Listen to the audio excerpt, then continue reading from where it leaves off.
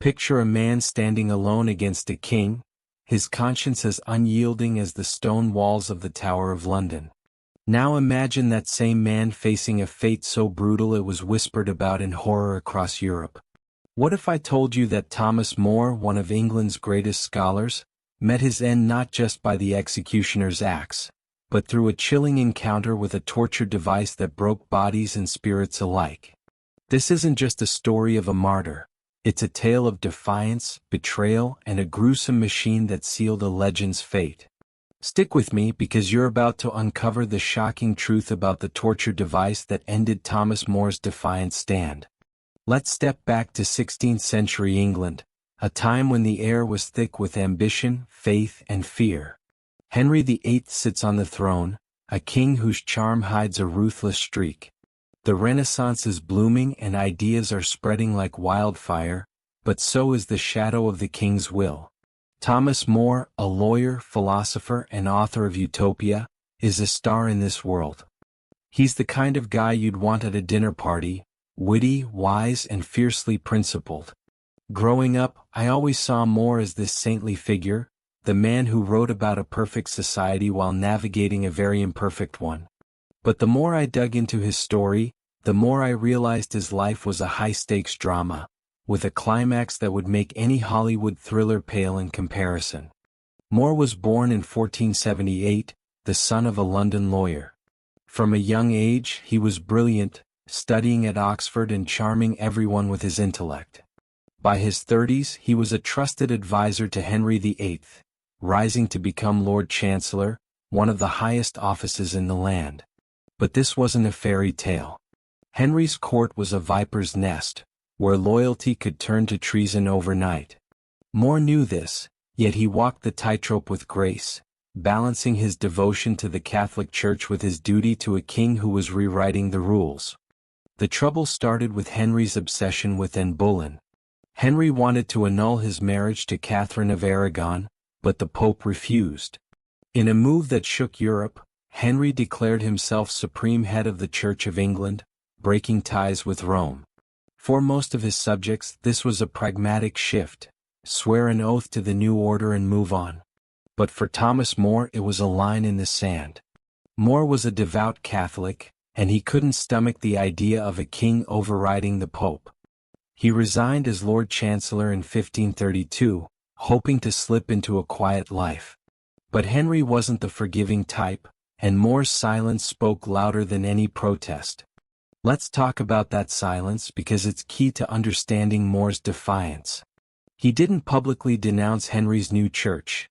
He simply refused to swear the oath of supremacy, which acknowledged Henry as the head of the church. To an American audience, this resonates. Think of someone standing up to authority not with a megaphone but with quiet resolve. More's stance wasn't just about religion, it was about conscience.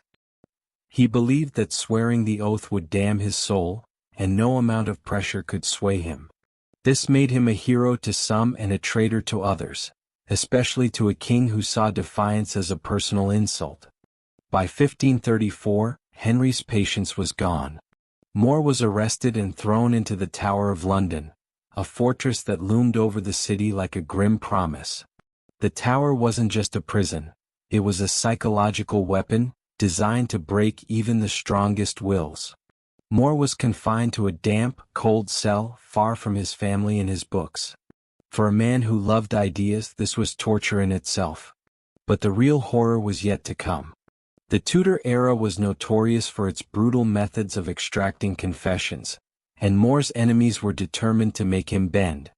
Now let's address the elephant in the room, the torture device. When we think of medieval punishment, images of racks and iron maidens come to mind. But the reality was often more insidious. In More's case, the device most likely used was the rack, a machine so feared it was synonymous with agony. The rack was simple but diabolical, a wooden frame with ropes and pulleys that stretched the victim's body, dislocating joints and tearing muscles.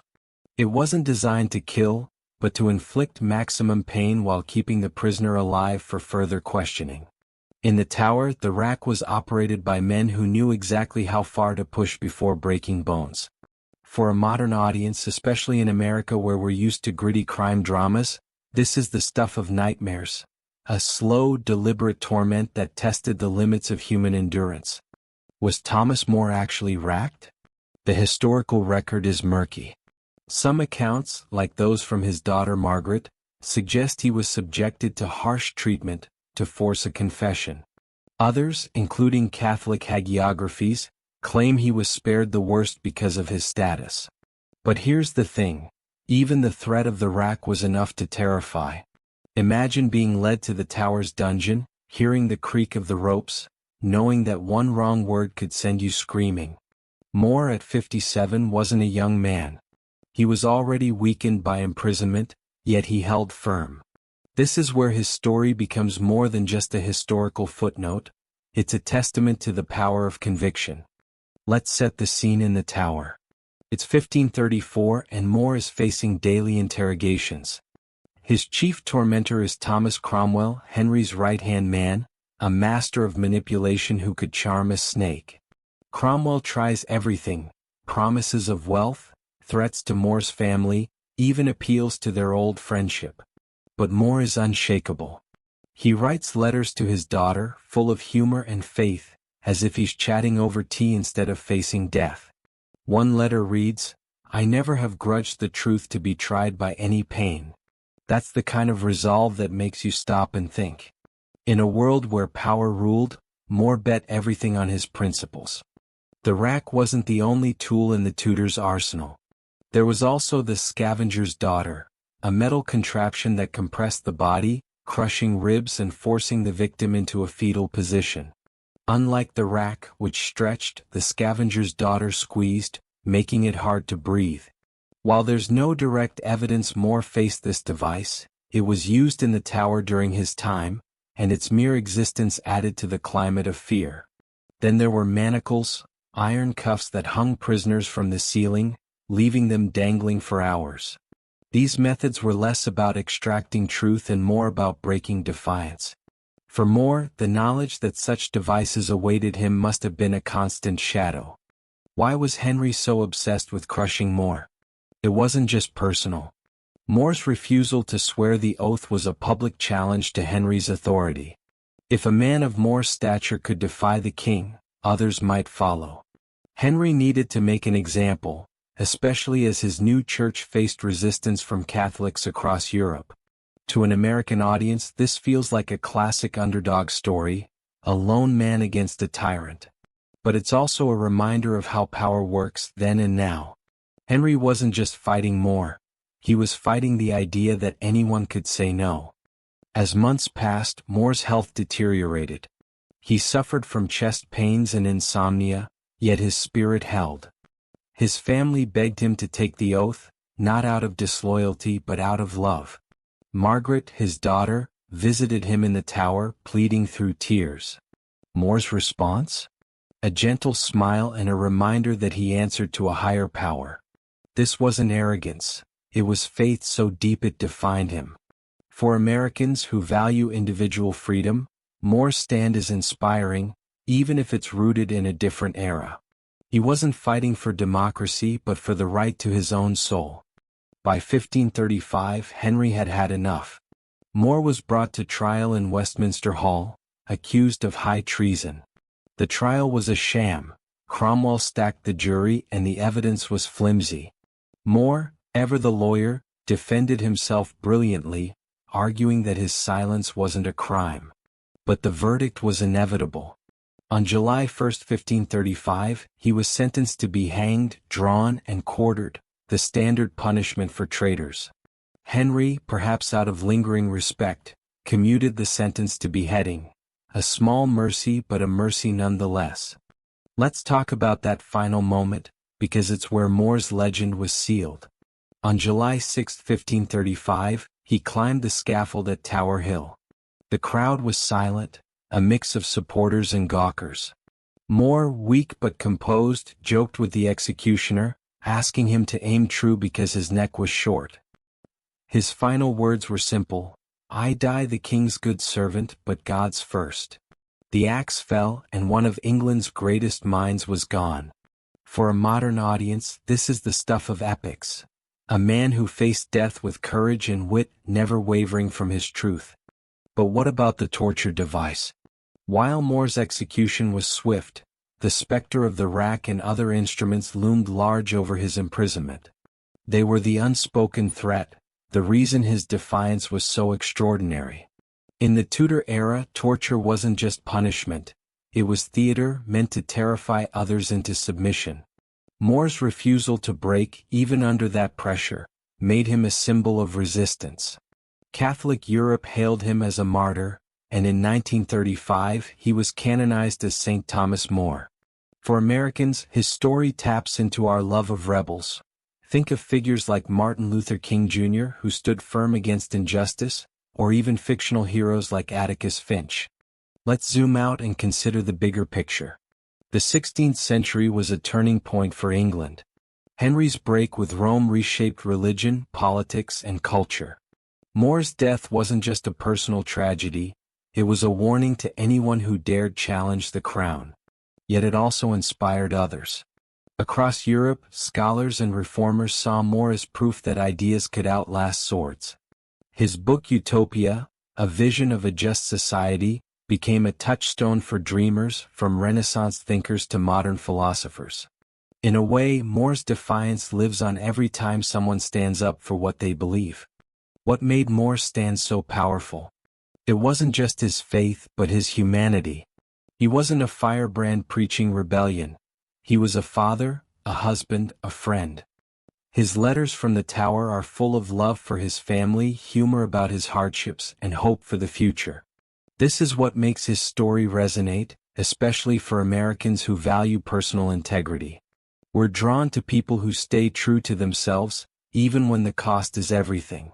More's life reminds us that courage isn't always loud, it can be as quiet as a refusal to speak.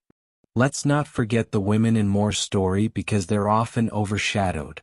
His daughter Margaret was his rock, smuggling letters and keeping his spirits high.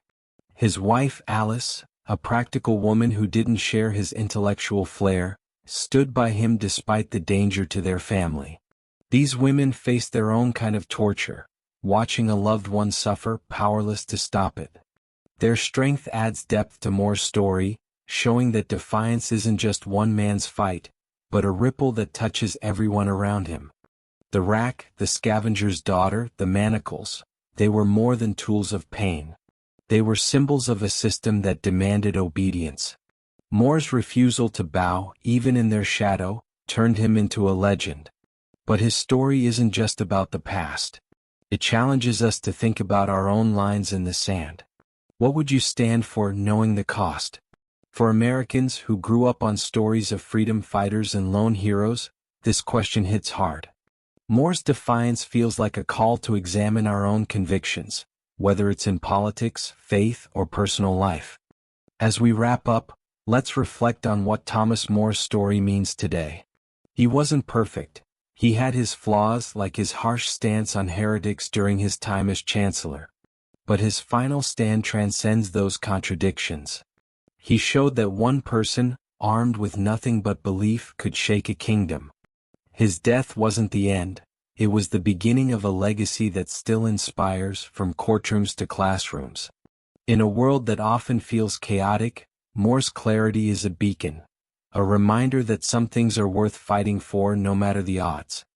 If you're as gripped by this story as I am, here's what I want you to do. Drop a comment below and tell me, what moved you most about Thomas More's defiance? Was it his wit, his faith, or the sheer guts it took to face the Tower? And if you want more tales of courage, betrayal, and history's darkest corners, hit that subscribe button and ring the bell. You won't want to miss what's next. Speaking of which, check out our upcoming video, Eleanor of Aquitaine's Power Plays, the Queen Who Shocked Medieval Courts. It's a story of ambition and intrigue you'll love. Thank you for watching, and I'll see you in the next one. Keep questioning, keep exploring, and let's uncover history together.